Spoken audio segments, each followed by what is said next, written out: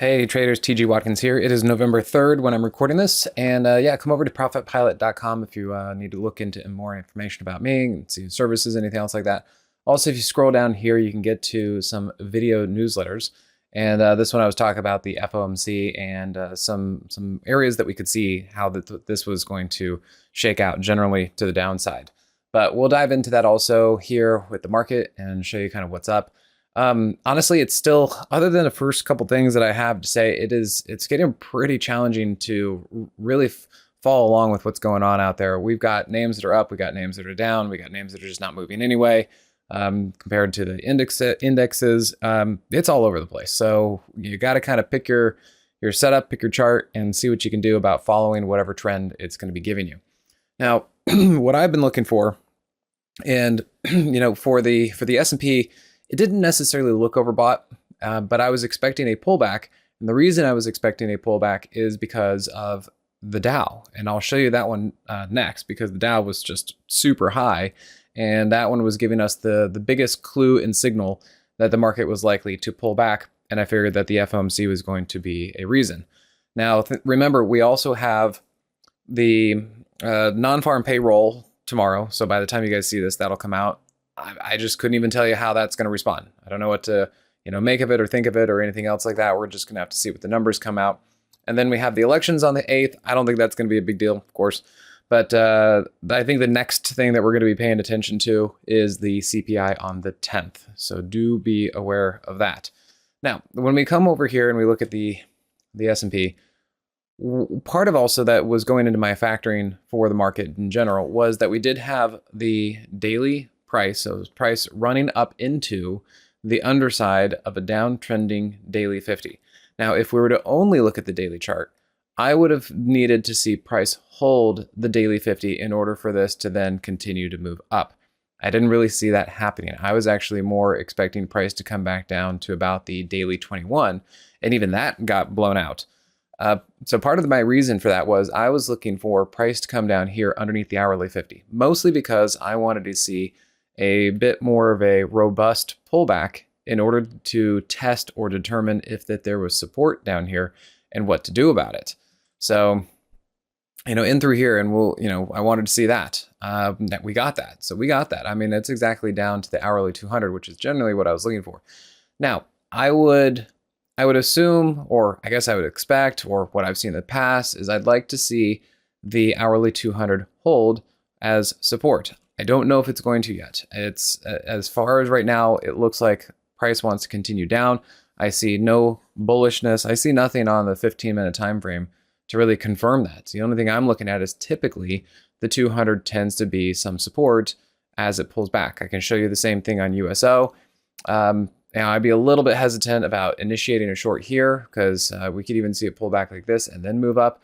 I mean, it's really tough to figure out and follow what's going on here, but I would generally look at the 15-minute time frame as the near-term guide for wherever things are going to go.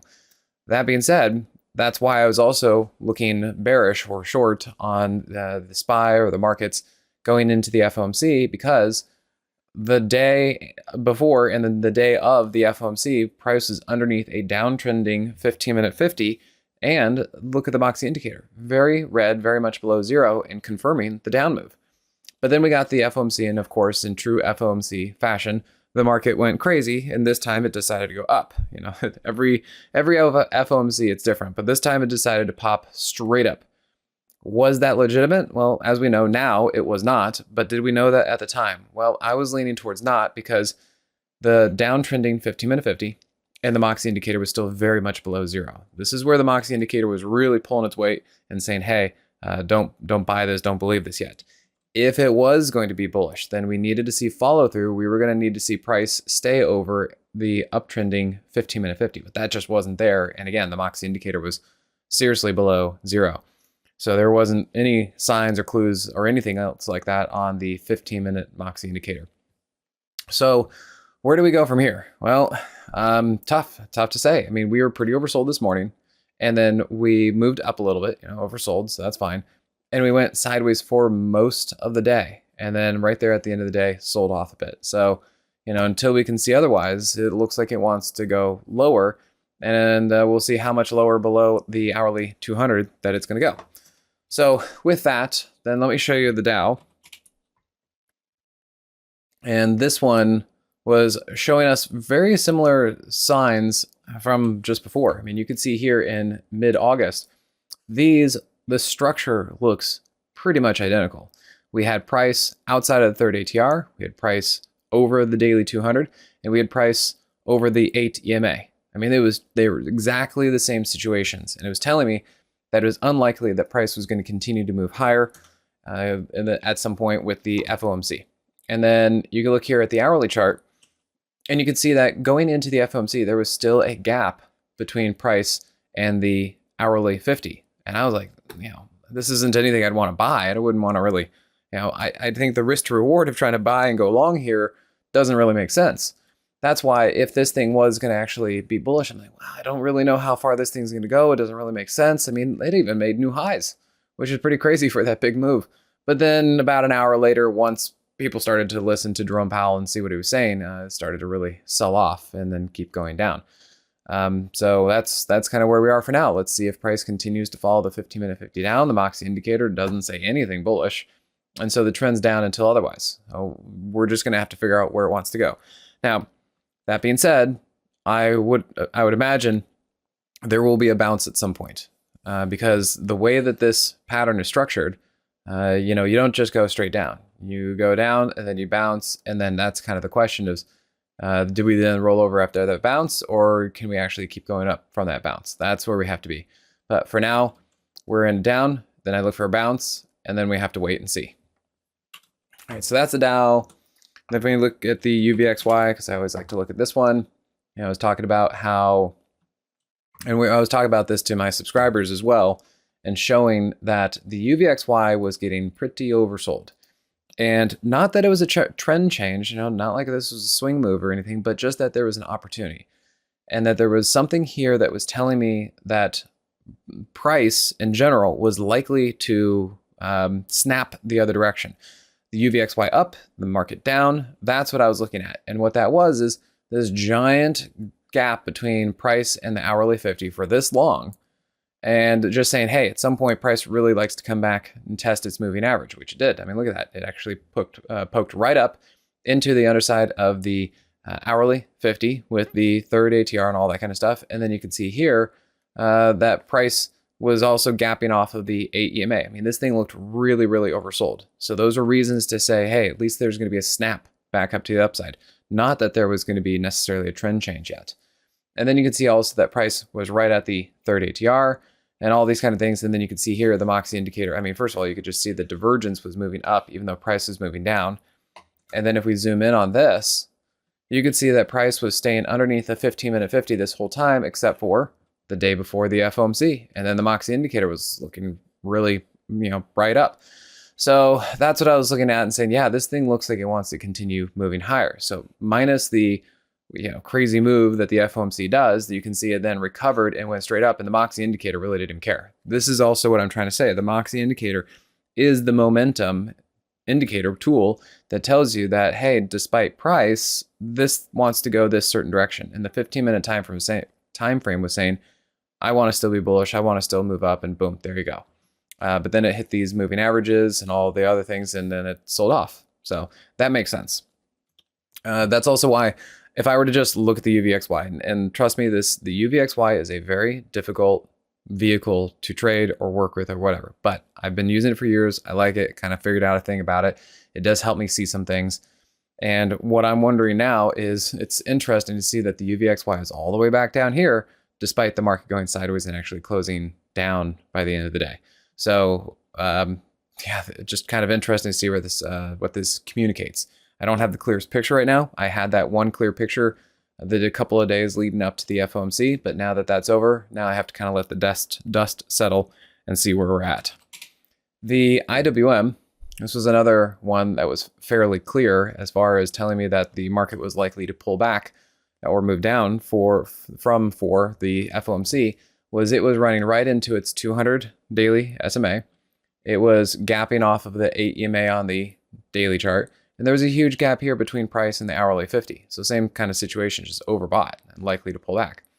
And then on the 15-minute time frame, you could see price was moving up like that. The Moxie indicator was moving down like that. And right there, when the Moxie indicator started to go negative and all that, is when price crossed the 15-minute 50. Then, of course, we got that crazy bounce, but the Moxie indicator was still so far below zero, it was a false move. And then we got this nice big move to the downside. So we'll just have to give it more time and see where it wants to shake out on this next one. Now, if we kind of will go over some of the other names that I talked about last week or the week before. Oops, I guess, there we go. So Netflix, we zoom in on this one, zoom out on this.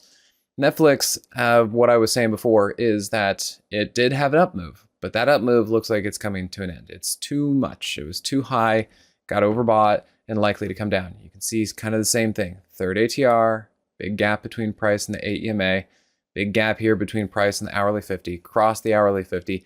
And what did that look like on the 15-minute time frame? Followed the 15-minute 50 up, followed the 15-minute 50 down. Pretty nice. And you can even see right where it happened was right there with the Moxie indicator, nice and tight, and transitioned from positive to negative and kept going down.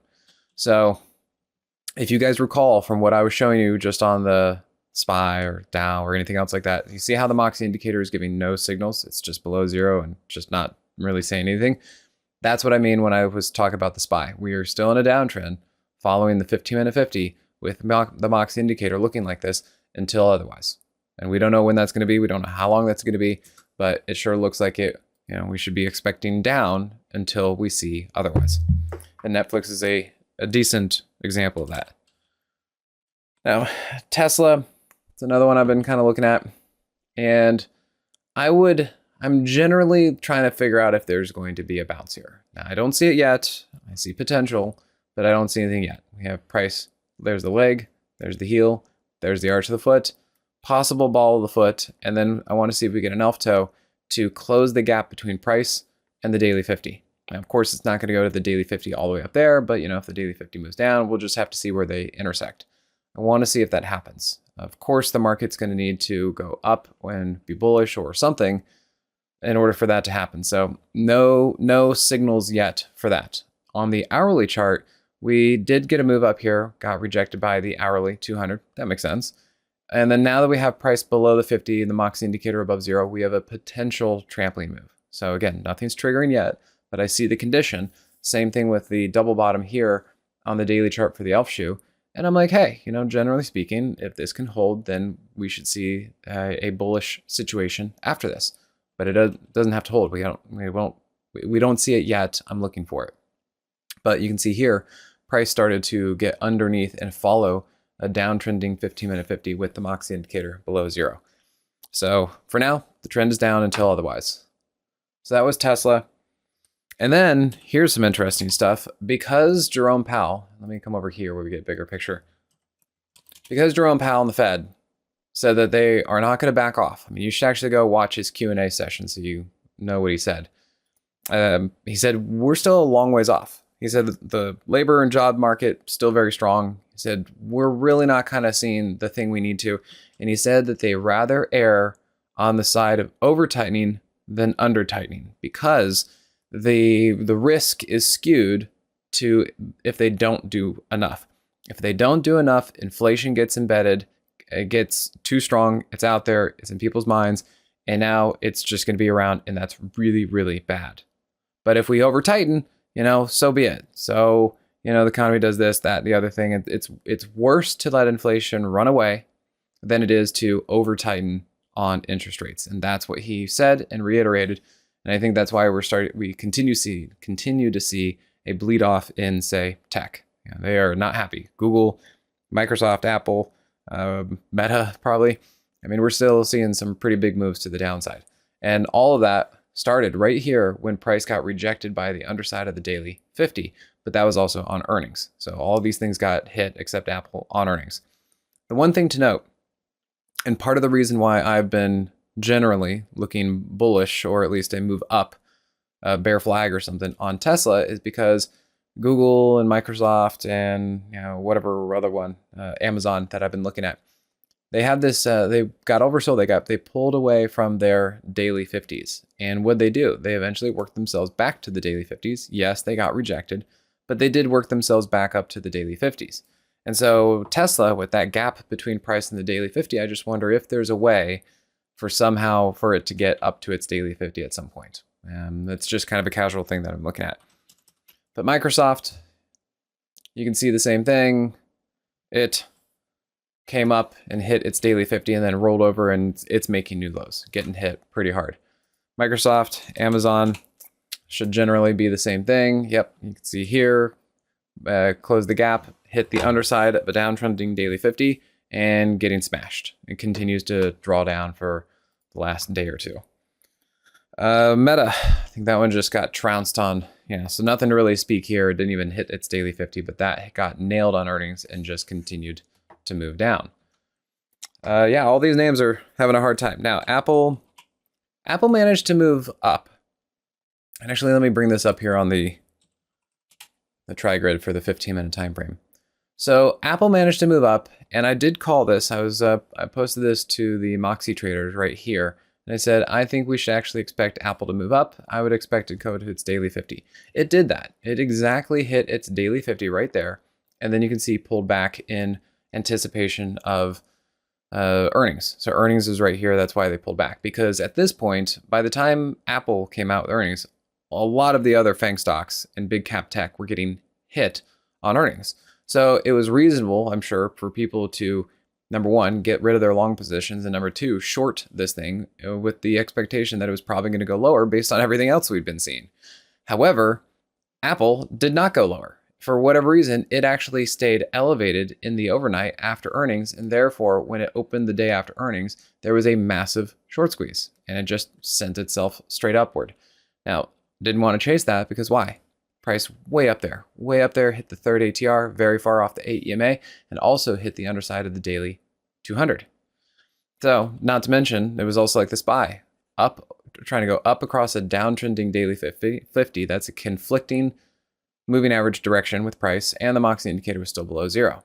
So, when that finally gave up the ghost, right here, following the 15-minute time frame with the Moxie indicator below zero. So, yeah, it's just been interesting to see everything that's going on. However, then we look at something like Boeing, and maybe there's news. Maybe there's something about the 7 Max or 737 Max. I don't know. I haven't looked into this. I was just looking through names. I'm like, huh, look at Boeing up. So pretty amazing. It held, after earnings, and this is the thing. Look at the crazy move that happened with earnings. It rallied. It managed to get back on top of the hourly 50, back on top of the 15-minute 50 and the 15-minute 200. And whatever the news was, it actually skyrocketed for the last 2 days when everything else is going down. Who would have guessed? I mean, really, who would have guessed, except for if there was some news that came out? I mean, it looks like there was because of the volume and all that. Gosh, the same thing. It looks just like the market. Amazing that it was going up across a downtrending moving average, and it actually was able to push through for a while. It looks a lot like the Dow. At some point, this thing is going to get too extended, too overbought, and it will come back down. So do be careful on the long side and just don't think that these things are going to last forever. It is coming up here near the 200 and the 3rd ATR, and it is just straight up. That doesn't always last for very long. So do be careful with that. Gosh, and then where do we go from there? XLE is another one that I've been looking at and talking about. Actually, let me get over here, because it was another thing that was kind of indicating to me that the market was likely to pull back. And the reason for that is if you look even at the daily chart, you're up here and it's basically doing a double top, and it was up at the 3rd ATR. Now with that, I look at the hourly chart and I see price up, Moxie indicator down, more negative divergence. And so it showed to me that we should expect price to pull back or maybe flag, but basically I wouldn't want to be initiating a long position right there because I think it looks as though it should be taking a breather. In the best case scenario, it'll go sideways. If I could draw that better, sideways to find some support. And if it wants to go up, it can go up whenever it finds that support. Otherwise, it's kind of working its steam off over here. It'll pull back. We'll have to see if it finds support and then it goes up. Or maybe this is it. Maybe this is just what it does. It pulls back, maybe does a little bit here, and then it continues to move down there. And that's, it's definitely possible. I don't have a clear picture of where this thing is, mostly because it's so high. I am generally looking for it to pull back and see what it can do. Other than that, let's just talk about TLT real quick. I was thinking, and again, I'm not really pressing this too hard because this is directly related to the Fed, FOMC, interest rates. And this is going to be moving based on larger macro forces, not just, traders interested in whatever stock this thing is or whatever. So I'll show you some things. I'll show you what I had in mind, and that some of this is coming true and some of it isn't. And maybe it'll come true later. So we had this really big oversold washout type thing and it rebounded. Okay, that's constructive. We've seen that before, right here and right here. And it took a little bit of time to hammer something out, but eventually price did kind of move up here. This time it actually moved even further. And so I look at that both because there was a gap between price and the daily 50 when that happened. And again, we have that gap between price and the daily 50 after the same kind of down washout move. So generally speaking, I want to look at this and say, can price get back up to the daily 50 or at least meet with the 50? Because, the 50 will move down, price will move up, and they'll converge someplace. And I'll just see if that can happen. But right now, I just don't have anything. And again, going into the FOMC, there is no way that I was going to be wanting to really pound the table on this and say, yeah, look at this pattern. It's totally going to go up right into the FOMC because it doesn't have to. And that's clearly what's happening. It did look pretty good when price was holding the hourly 50 here, but you wait till the FOMC and lo and behold, it's pulling back. Now, maybe this will end up being bullish. Maybe that's a trampoline move. I don't know yet, but I don't want to just buy it right now and figure that out because it's still basically chopping sideways to down. We do not have a clear answer for it to go up, and I don't want to be taking that chance. Same thing. I'm kind of wondering if price can get a little bit closer to the daily 50. This may very well be out of my wheelhouse, or even that this is going to do that. It could continue to go down based on interest rates, based on the Fed, based on the economy. So, I just wanted to kind of show you some things. And if you think this is going to go up or look for a bounce, well, you kind of know what to look for. And keep an eye on those lower time frames to see if there's a place where you can see it engage and start moving to the upside. All right, everyone, I'm going to let you go there. The market is just all over the place. And so be careful. The narrative is important. And the narrative right now is to continue being hawkish and to continue to get this market to move down. We really need to get that inflation under control. And that's their priority right now. All right, everyone. Thanks again. Talk to you soon. Hey guys, Dave Keller here with StockCharts.com. Thanks so much for watching our video. If you enjoyed it, and we hope you did, hit the like button right below. Also, we have so much new content every day. Consider subscribing to the channel. Just hit the subscribe button in the video or right below. Thanks for watching. Stay safe. Have a fantastic day.